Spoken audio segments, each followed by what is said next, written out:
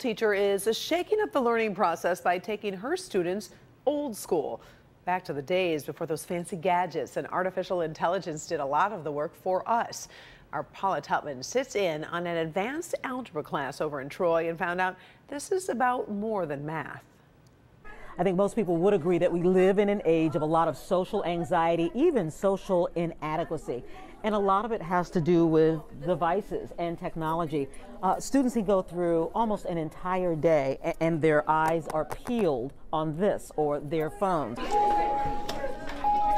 What I'd really like to see is that you're in your seat right now working on the warm-up. In terms of technology, this is Fred Flintstone prehistoric kind of stuff. Well, this is age old. This is like slates and chalk in a one-room schoolhouse in terms of the technology that's happening right now. Good job. Go ahead and do B up at the board.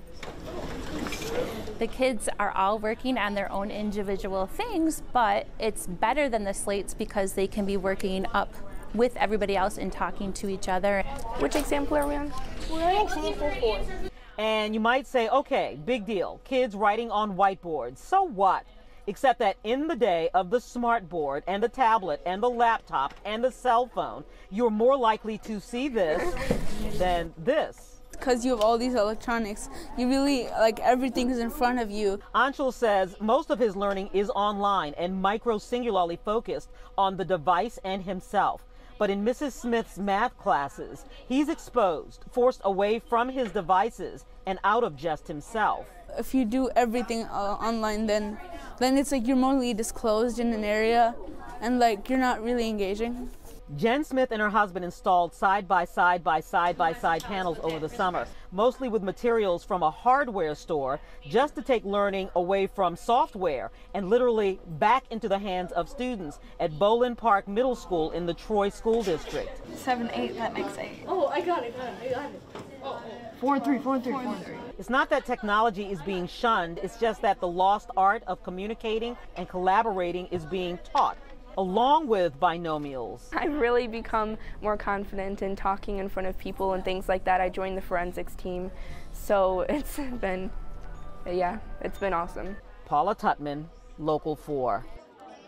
Wow, what an impressive program. Thanks for sharing that with us, Paula. Mrs. Smith says the other bonus with this kind of visual can't hide learning. She is able to see if her students are actually getting the lesson or just coasting. Thursday, never looking back, it's Friday, I'm in love. Today's announcements are Media Club in the Media Center, 7:30 to 7:44 a.m. and school musical rehearsal, Scene 14B, 2:45 to 3:45 p.m. These birthdays are Siddhant Bairud and Julia Saad.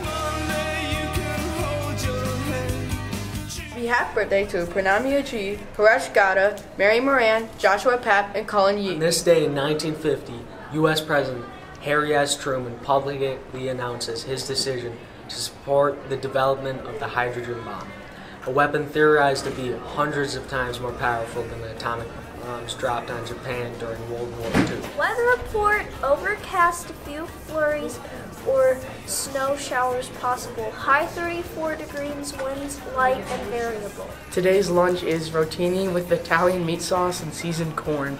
Monday's lunch is macaroni and cheese and chopped bacon. Yum.